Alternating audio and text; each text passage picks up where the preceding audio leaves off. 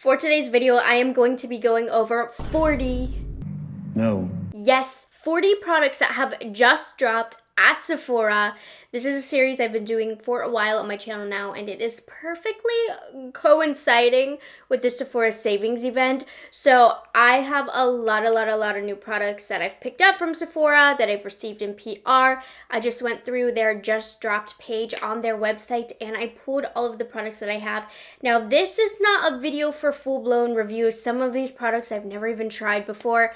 Some of these products I'm still in my second impression era.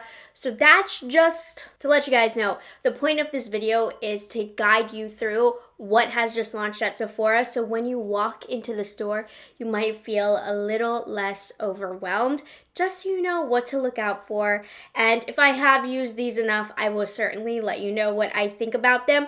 But definitely make sure you are subscribed to my channel, because I do a series on my channel called Speed Reviews where I give you final reviews of products after testing them for a while. And I think I'll have a Sephora speed reviews coming up where a lot of these products will probably be featured in that video. I will just be more well versed on the performance of the product. But if you are curious about the newest makeup that just dropped at Sephora, I have 40 products to talk about with you today. So let's get into it.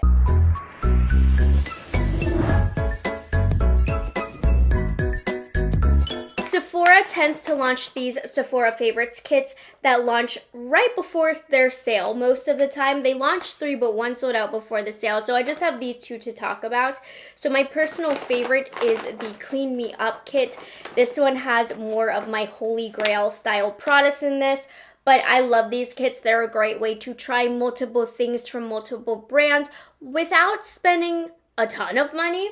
This is still $50, but it is a rite of passage now to walk into Sephora to pick 1 or 2 things up, but somehow it costs $300, right? With a kit like this, you get 8 or 9 products and then you only spend $50 less if you manage to snag it before the end of the Sephora sale. They also have the Vacay All Day Favorite set. This one I like a little less, but that's just personal preference, and that's what it really comes down to with these kits. If you don't like the majority of the products in this set, if you don't think you would wear the majority of products in this set, it's not going to be a good value for you. So make sure you pay close attention as to what is inside each set. I have a full video covering both of these sets. The Vacay All Day is $48, a couple dollars more cheap. So definitely do your research with these. But if you like the products, they're totally worth it. Fenty Beauty just launched an entire cherry collection. So I have products that are going to be sprinkled throughout this video. But I first want to talk about the 2 kits in these super duper cute bags that have these adorable little cinchers here. And then you can hold it like this.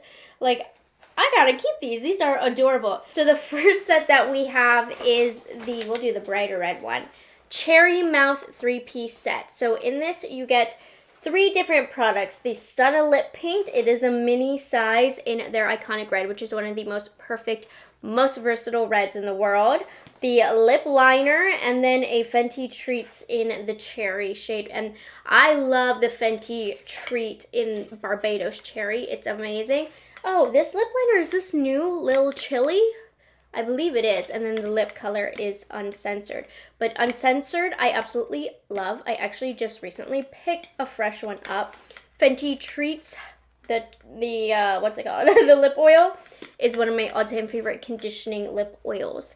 So this is a cute little set. Another one from that collection with the deeper bag is the Chocolate Cherries. So this includes a lip liner in the shade Browned Out and a gloss bomb in Cherry Amour. This is supposed to have that dark brown outer line with a lighter reddish center of the lip, and I do like the color of this bag as well. How much are these? $32. They're limited edition. Decent price point, I will say though.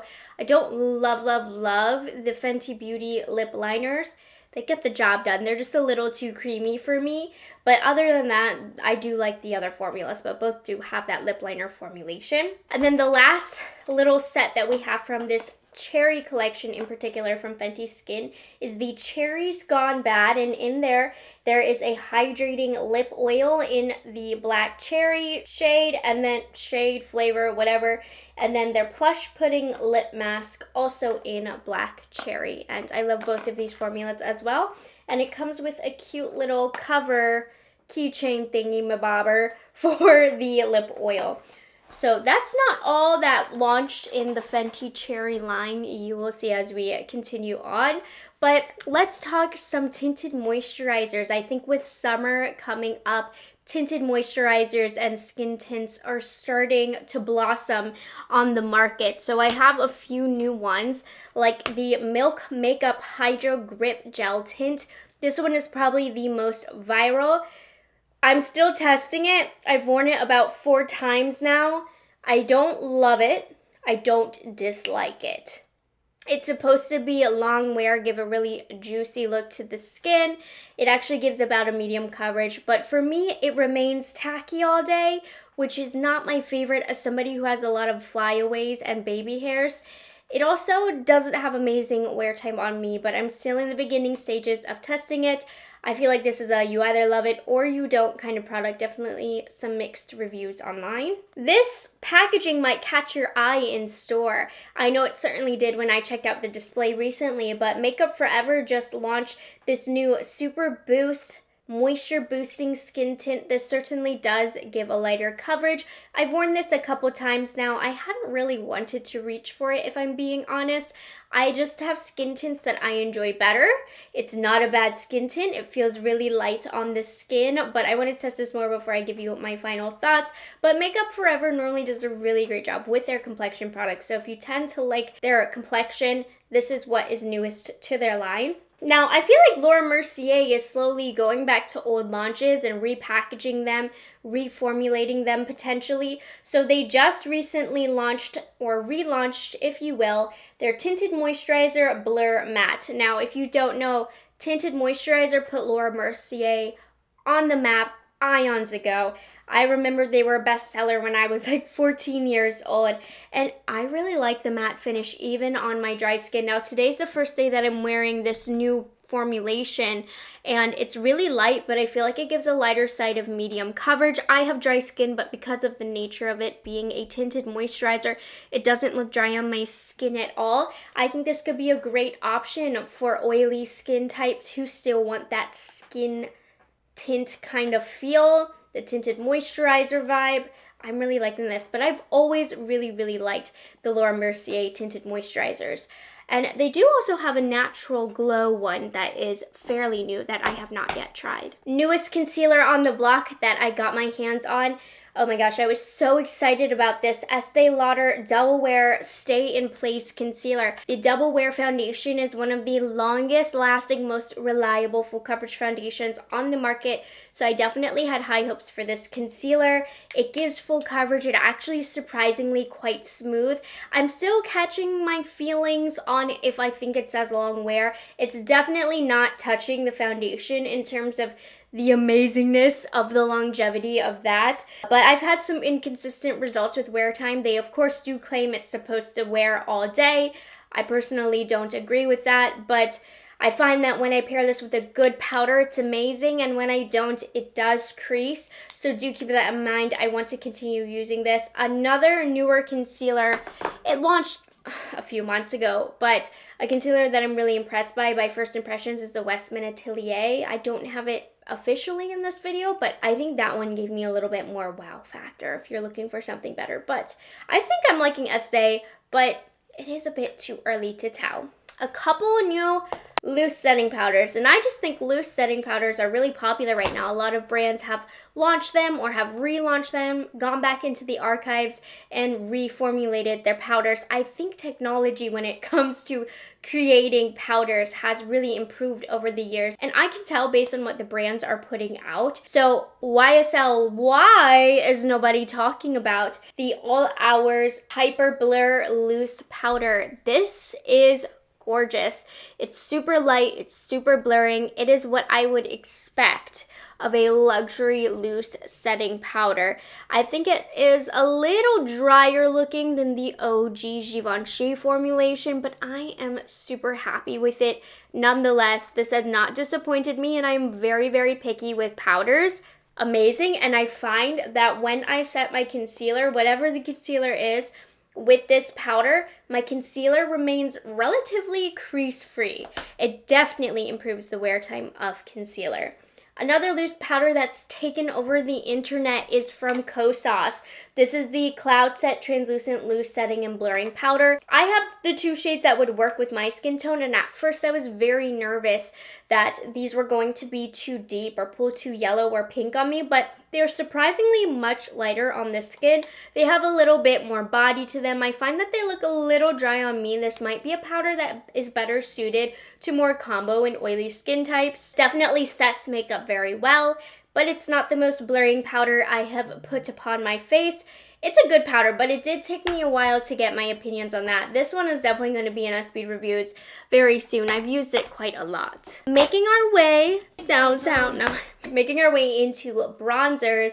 This one was kind of a launch under the radar. I didn't hear anything about it, but I'm quite surprised with how much I like it. I've only used it 2 times, but both times I've been impressed with the Benefit Hula Wave Bronzing Balm. I have mine in the original shade. Now, if you found the original powder Hula bronzer was too deep, this is lighter on the skin tone. With it being a balmy consistency, it's very thin on the skin.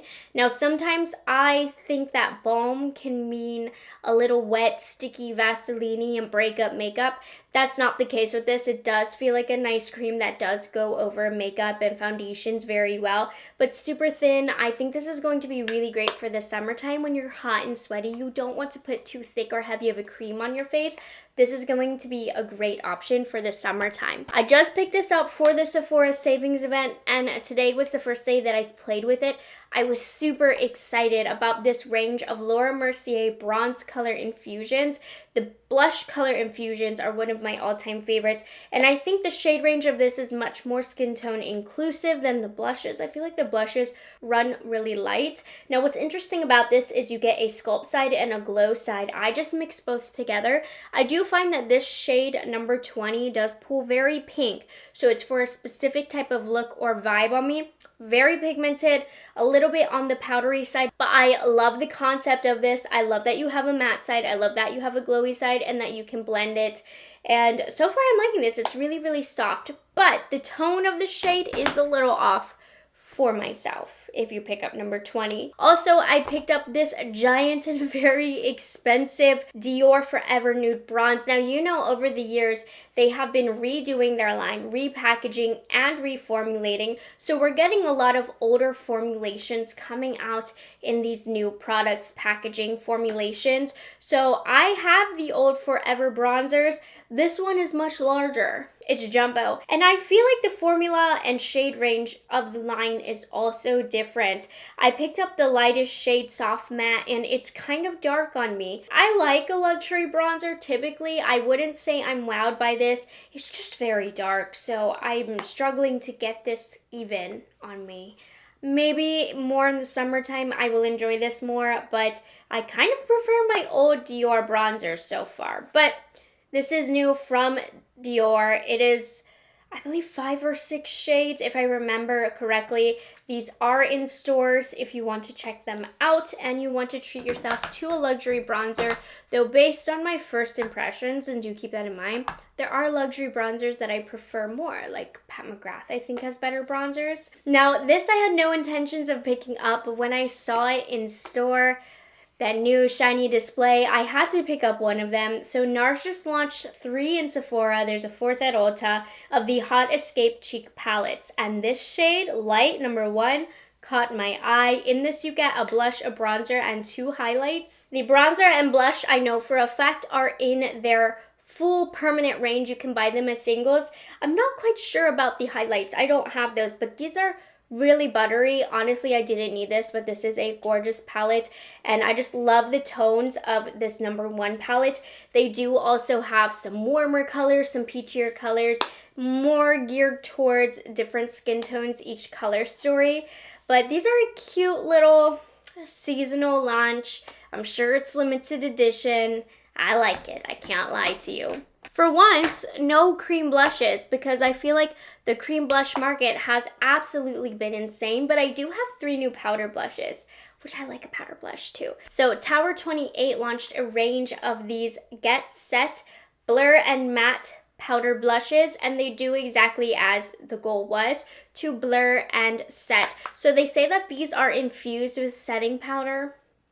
I don't know, it's just a powder if you ask me, but it does have very blurring qualities on the face. It's very easy to use, not overly pigmented, limited shade range of 6, but I think they did a good job hitting different tones and hitting different depths for it to work on a lot of different skin tones. Very buttery, very much have been enjoying this. Do keep in mind, very matte finish. So if you like a little bit of a glow, these won't be for you. Now, if you do like a little bit of a glow, might I direct you towards the newest Saie launch of blushes. So Saie just launched these new Super Suede Radiant Blush Powders. So these are a baked formulation, and they give that radiant, glowy effect to the cheek, very much reminding me of Hourglass, which is my all-time favorite formula. So I am loving these now. These are quite pigmented. I have Bella, which is a lighter pink, and then Mia, which is a little bit warmer, more sun-kissed glow kind of vibe to it. Love these. Hate the packaging. The packaging just feels super duper cheap. I don't know what that's about, but the formula inside is absolutely lovely. I know I said I wasn't gonna give reviews too in-depth here, but you know, if I got an opinion, I'm gonna give it to you. Also included in the Fenty Cherry collection, they launched 2 shades of the Hot Cheeks Velour Blush Lighters, which was a new formulation introduced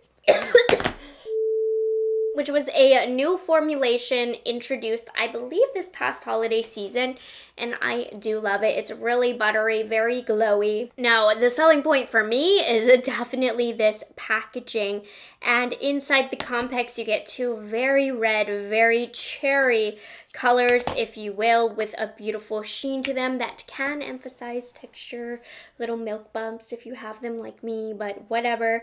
These shades definitely are going to be more geared towards deeper complexions. These are a little clowny on me, which is fine, but they're very, very pigmented, so do keep that in mind. But deeper complexions, if you love like a red-based blush, you're gonna love these. They're gorgeous. I love this formula. Would love like a full range of this buttery, smooth, glowy formula. Along with Dior redoing their bronzer line, they have also redone their highlighter line, and we have the Forever Glow Luminizers. Now, I am a long time fan of the Dior highlighters, so I definitely had to get my dirty, crusty, dusty little fingers on them. So I picked up 2 shades, Nude Halo and then Pink Halo. They are beautiful. They just soak right into the skin. It's not a glowing to the gods type of glow, but it's a really thin glow from within with a little bit of bang to it. As you can see, I have on the nude today. You just can't see where the highlight starts and stops. It comes in this really cool spacey style packaging. It's a lot to spend on a highlighter, if I'm being honest, but I've always loved Dior highlights. They just got that formula down in the factory that they use.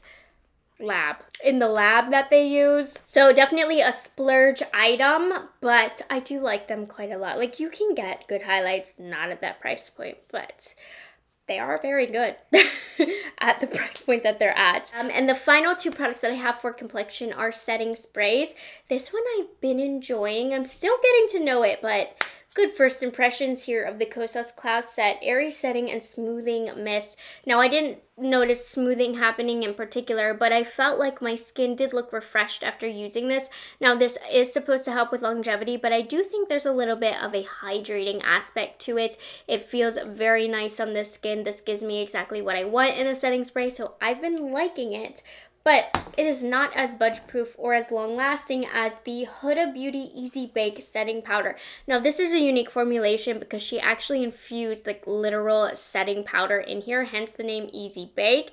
And while I love the idea of it, execution, I've used it twice, so I gotta continue using it.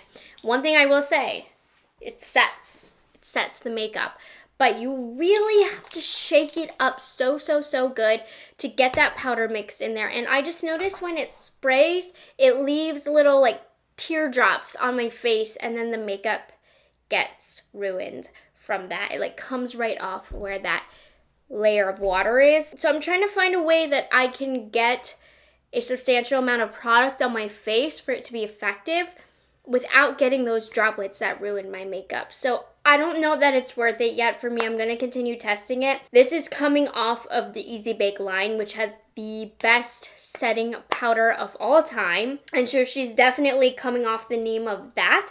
Well, interesting, only 6 months shelf life too. It's quite small compared to Kosas, which is 12. But anyways, I don't know about this. Okay, you guys, you're gonna hate me. I'm gonna leave you hanging, but I'm gonna stop the video here and we're gonna take this into a part 2. So in this first part, I've covered all of the new complexion products and the kits that are new at Sephora, but since this video is super duper long with 40 products, I'm gonna be back tomorrow with the eye products and the lips. And the lip products, you guys, I have how many? 1, 2, 3, 4, 5, 6, 7, 8, 9. 9 different lip formulas. Why do they all seem like they're the same? I just want more time to rant on that. So I'll see you guys tomorrow for part 2. I will have all the products that I talked about in today's video linked in the description box, also tagged on YouTube shopping. And I'm sorry if I bamboozled you. You're just gonna have to come back tomorrow, okay? We have a lot of products to talk about. Your girl needs a break. That's that. Hope you guys enjoyed this video, found it helpful. Make sure you like it and subscribe to my channel for tomorrow's video. If you want more in-depth reviews on these products, definitely take a look at my channel. I probably have more in-depth reviews on them, and if not, they're coming soon. So I'll see you guys tomorrow for part 2. It's delicious.